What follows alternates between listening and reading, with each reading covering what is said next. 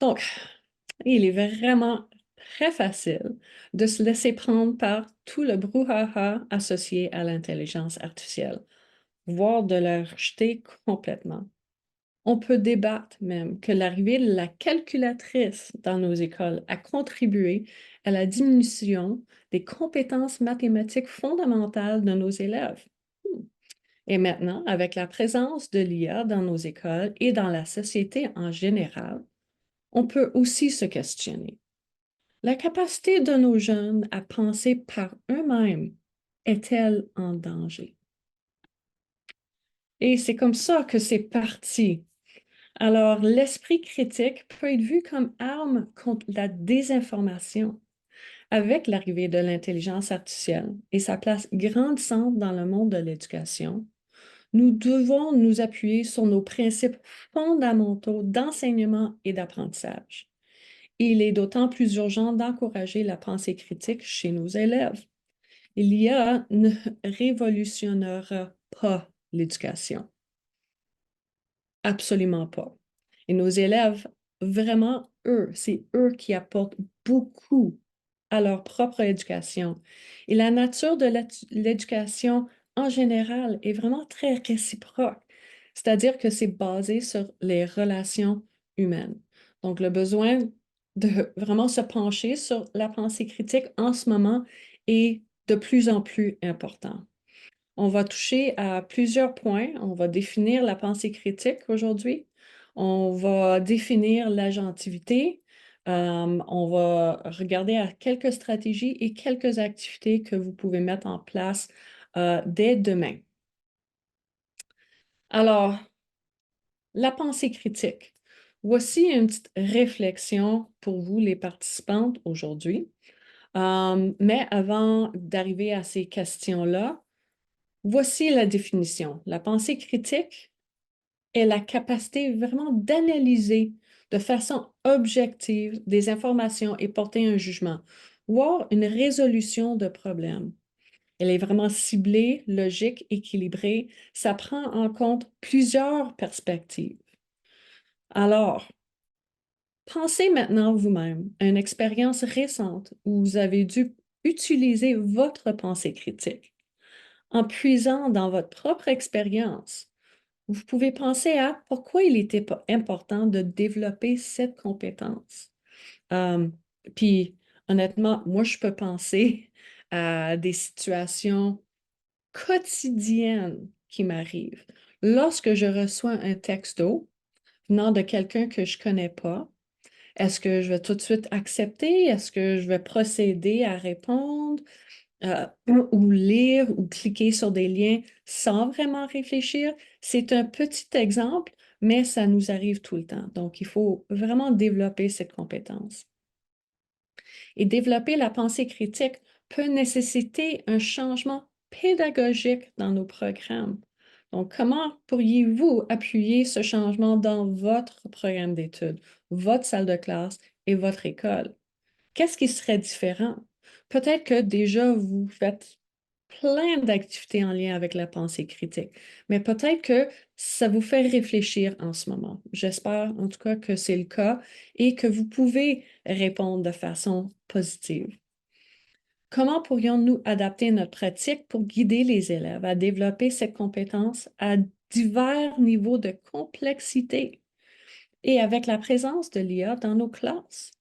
Quant à l'intelligence artificielle, plus le niveau de maîtrise d'une personne avec les outils est élevé, plus elle sera en mesure de les utiliser de manière responsable et éthique.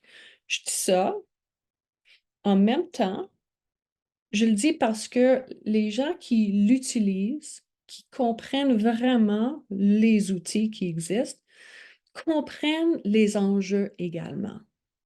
Donc, l'utilisation de l'IA varie autant dans le type d'assistance qu'elle fournit que dans le niveau de maîtrise requis pour son utilisation. Les enseignants et enseignantes qui autorisent l'utilisation de l'IA doivent au minimum former les élèves pour que ces outils soient utilisés de manière à soutenir leur apprentissage et ne pas nuire à ceci. Questions ou commentaires jusqu'à présent? Ça vous va? Alors, lorsqu'on parle de pensée critique, il est très important de toucher à l'agentivité. Certaines technologies basées sur l'intelligence artificielle peuvent prendre en charge des tâches répétitives en permettant aux gens de se consacrer à des activités plutôt créatives et de décider de la manière dont ils entendent répartir et gérer leur propre temps et leur effort, en accroissant donc leur capacité d'action. Comme moi, par exemple, parfois j'utilise ChatGPT pour rédiger des courriels, mais pas des courriels avec beaucoup d'émotions, pas des courriels qui sont vraiment touchy dans cet aspect-là. C'est-à-dire une tâche répétitive, une tâche qui ne prend pas beaucoup d'humanité. Alors, on peut l'utiliser de cette façon. Mais d'un autre côté, l'emploi de ces technologies pour l'accomplissement de tâches courantes peut entraîner la perte de compétences humaines ou d'expertise. Alors, au fur et à mesure que ces personnes deviennent de plus en plus dépendantes de l'intelligence artificielle, cela peut réduire des options dont ils disposent, donc leur capacité d'agir de manière autonome. Alors, quand je pense à l'agentivité, je pense vraiment à l'autonomie, l'indépendance de la personne. Depuis, il est bien connu que les systèmes basés sur l'IA héritent de et perpétuent certains stéréotypes présents dans les données d'entraînement, ce qui donne lieu à des résultats inéquitables et discriminatoires qui nuisent inévitablement à la capacité d'agir de manière autonome en limitant les opportunités. Alors, on sait très bien jusqu'à présent, si on joue dans le monde de l'intelligence artificielle, que les résultats fournis par ChatGPT ou autres outils peuvent être inéquitables, peuvent être discriminatoires, peuvent être juste faux. Les informations peuvent être fausses dès le début. Alors, la question finale est donc de savoir ce que l'on doit faire pour protéger l'agentivité des élèves et même des enseignants face à la présence accrue dans les salles de classe de puissantes technologies basées sur l'IA. Les élèves, tout comme les enseignants, ont besoin d'opportunités capables de développer leur réflexion critique, leur autoréflexion, autorégulation, leurs compétences métacognitives, ainsi que leur intentionnalité, leur autonomie en fait, et leur adaptabilité et leur responsabilité, avec ou sans l'utilisation de technologies appropriées basées sur l'IA. Alors, c'est l'agentivité, vraiment, c'est crucial pour le développement personnel et la réussite de l'individu. C'est important de garder ça en tête lorsque on introduit des outils d'intelligence artificielle en salle de classe.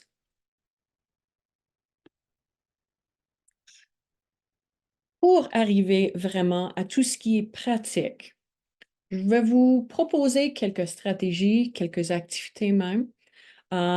Et à la fin, je vais cliquer sur les liens dans la diapo de référence pour vous montrer d'où ça vient et comment y accéder.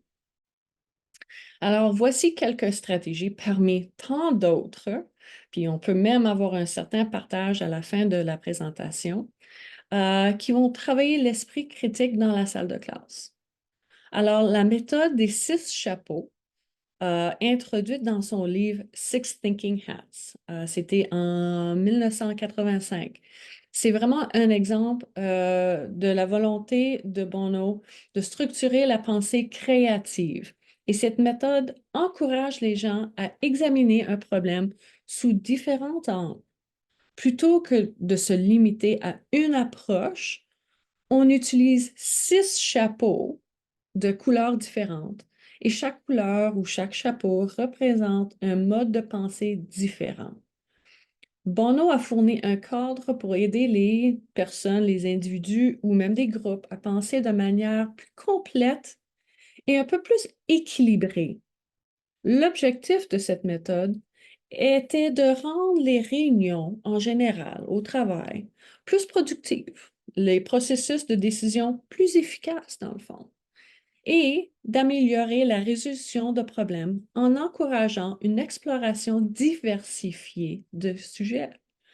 Bono a été motivé par l'idée que ces outils de pensée structurés pouvaient non seulement améliorer la prise de décision individuelle, mais également en groupe.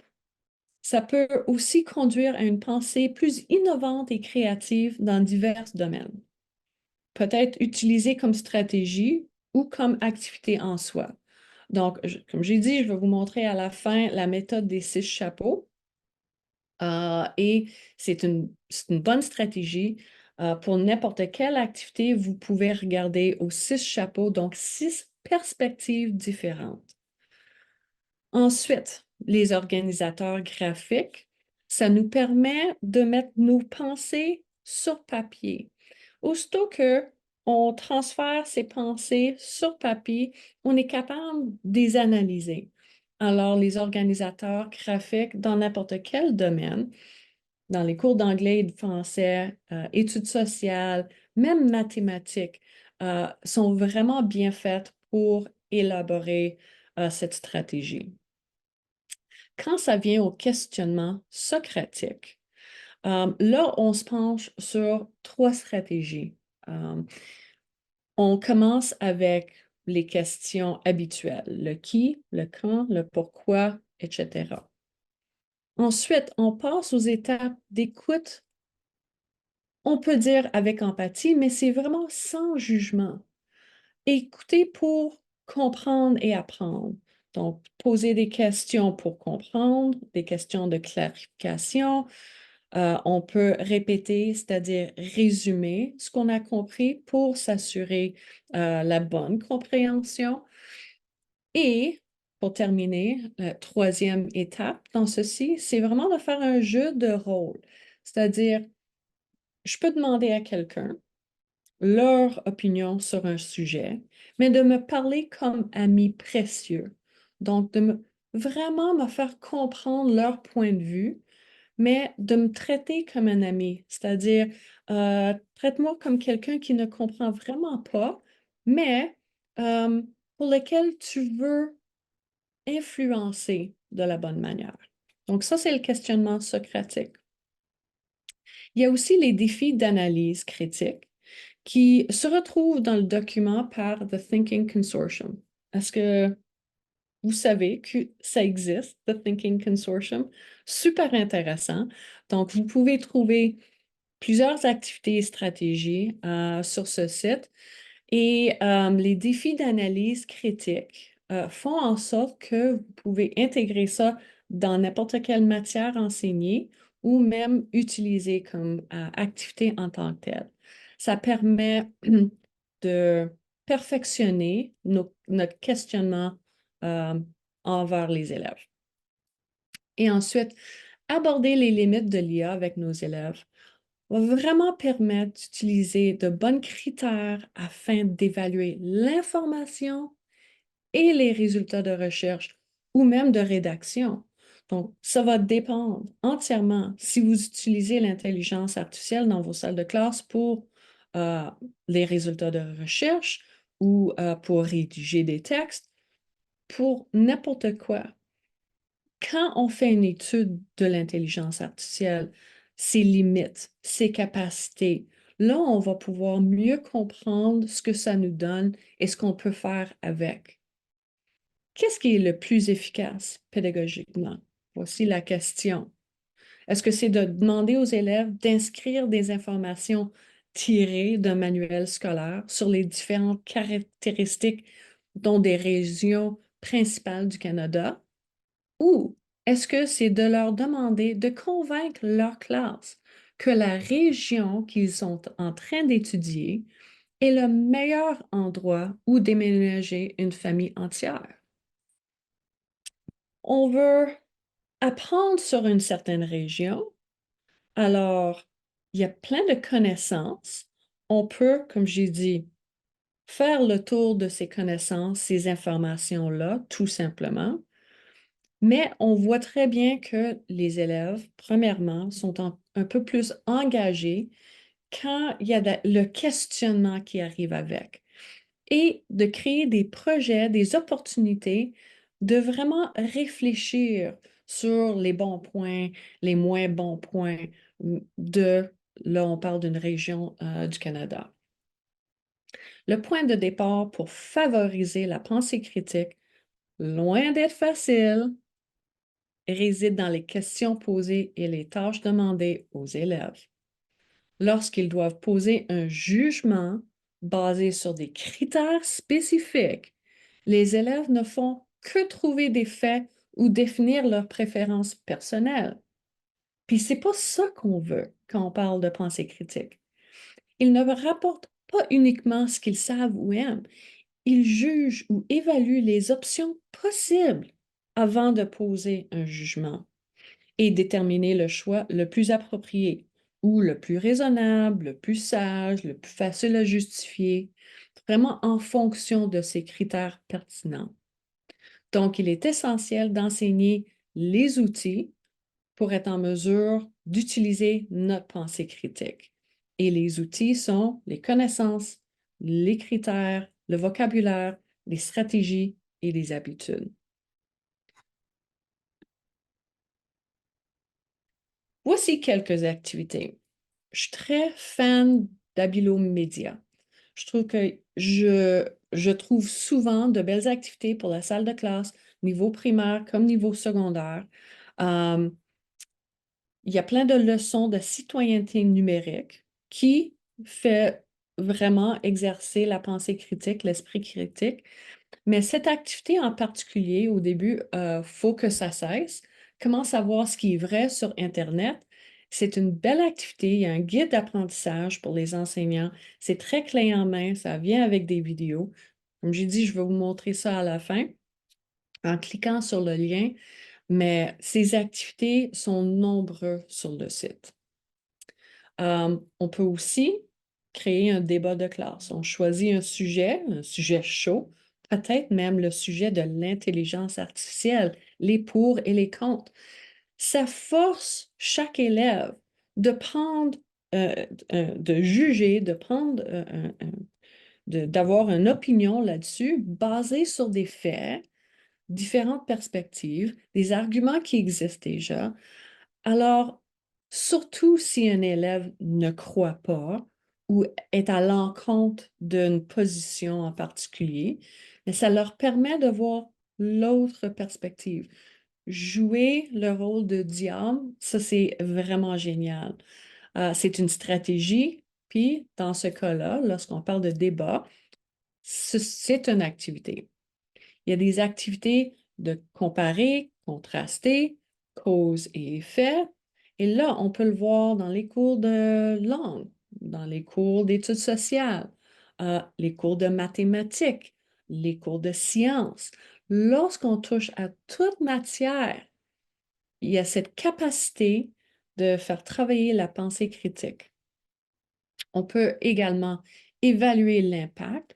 Donc, on peut penser à l'environnement, le climat, puis ce qui se passe présentement, voir les impacts sur notre environnement des activités humaines à travers le monde.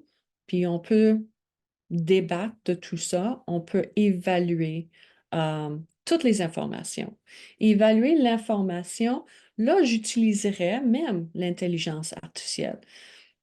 On va recevoir, on va avoir un résultat, on va avoir de l'information qui est produite par l'intelligence artificielle, puis on peut retourner évaluer ce qui est fourni. Alors, en plus de favoriser le développement de la pensée critique, l'école peut aussi montrer aux élèves comment utiliser l'intelligence artificielle correctement. Si de nombreux enseignants et enseignantes tentent de bannir des logiciels comme ChatGPT, des salles de classe, des écoles en général, Puis on débattait tantôt où on parlait justement d'éthique et de directives administratives qui vont venir sous peu, je présume, après l'été. On estime plutôt que d'offrir aux élèves un espace d'expérimentation encadré s'avère plus formateur. Donc, pour moi, si je veux bien apprendre quelque chose, surtout dans le monde technologique, je veux jouer avec ces outils. Ça me permet vraiment de découvrir moi-même les limites qui existent. Mais pour nos élèves, si on veut prendre ce chemin-là, il faut vraiment les encadrer. Donc, nous-mêmes, comprendre l'outil qu'on va utiliser avec eux, qu'on va enseigner, comprendre les limites, comprendre les avantages, et ça va nous permettre de mieux encadrer nos élèves. Euh, et c'est une bonne piste pour le développement de l'esprit critique chez nos jeunes. Et voici mes idées d'activité. Alors, j'ai parlé énormément ici, mais j'aimerais vous laisser avec cette pensée avant d'aller voir les liens. Euh, L'éducation doit vraiment encourager l'esprit critique, c'est ce que je pense. Euh, Ça va lui permettre de questionner et en questionnant, développer cette capacité. Analyser va encourager l'esprit critique et mettre en cause les informations qu'il reçoit. Alors, voici quelques ressources pour vous. Ces références ont guidé ma présentation aujourd'hui. Euh, Entre autres, j'ai eu énormément de réflexions depuis mon début avec l'intelligence artificielle, mes recherches en intelligence artificielle. Euh, Le guide pour une approche réflexive de l'IA en éducation par Simon Duguay. Lui travaille beaucoup avec l'école branchée, entre autres. Donc, ce guide vient du Québec, mais peut être très général également. Là, il parle beaucoup de l'approche de l'enseignant en termes de l'utilisation de l'IA en salle de classe. Et pour chaque type de posture qu'un enseignant va prendre, ben, voici comment l'IA peut le supporter, comment on peut être supporté avec quelques idées. Ensuite, l'écriture, la recherche et la pensée critique avec l'assistance de l'IA. Très intéressant aussi, et cet article était en lien dans le guide de Simon Duguay. Enseigner et apprendre avec la pensée critique, c'était quelques pages par The Thinking Consortium, d'où j'ai pris les idées d'activité et de stratégie. Le guide d'apprentissage sur la pensée critique vient de ARPDC. Ça, c'est très, très, très pratique et sur une page seulement. Donc, je vais vous montrer ceci. Tout ce qui était agentivité, j'ai pris de Wayne Holmes, le lien vers Abilo Medias, l'esprit critique alors de l'intelligence artificielle aussi de l'école branchée. Et là, c'est très court comme article, mais il existe des vidéos où il y a un panel qui discute de l'esprit critique en intelligence artificielle. Puis, enfin, la méthode des 6 chapeaux de Bono sur la réflexion critique.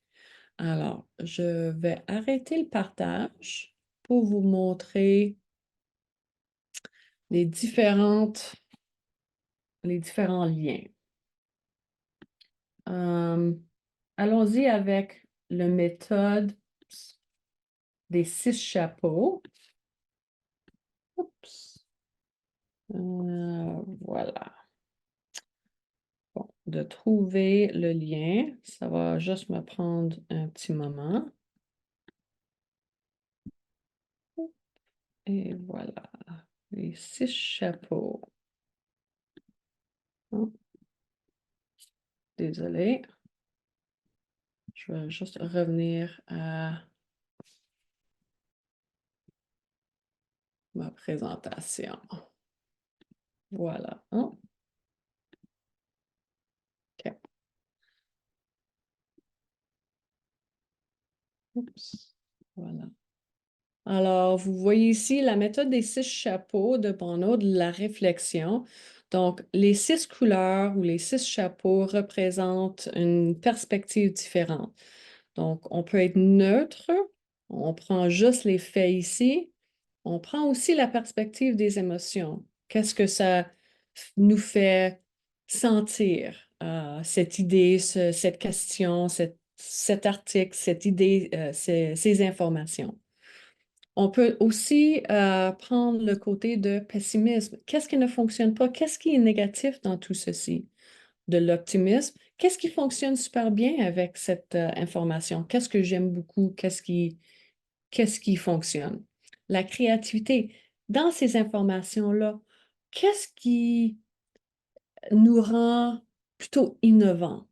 Et une prise de recul, c'est vraiment l'organisation. Donc, on prend un peu de recul, on peut voir l'organisation des idées dans un article selon les informations proposées. Alors, ce sont les 6 chapeaux de Bono. Ensuite, comme j'ai dit, habile aux médias.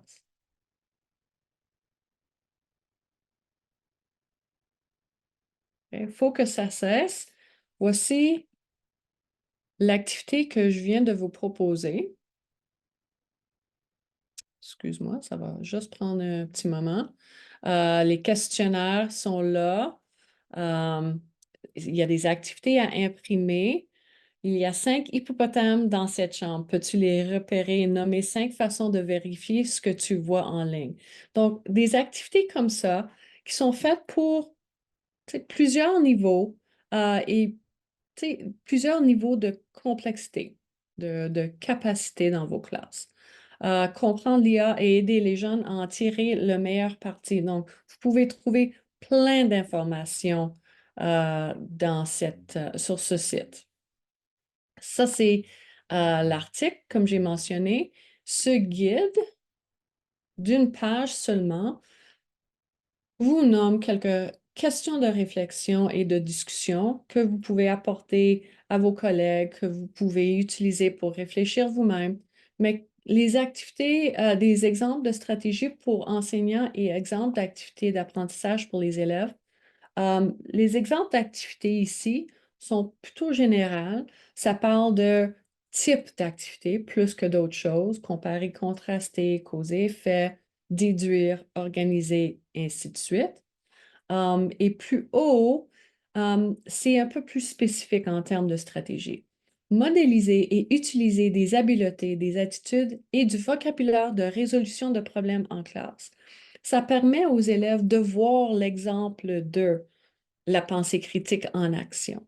Donc, comme l'exemple que je vous ai montré au début de la présentation, des textos que je reçois la journée longue, qui n'ont pas d'allure, j'exercice mes capacités de pensée critique et on peut faire la même chose avec nos élèves. Voici un exemple. Je vous montre comment je fais.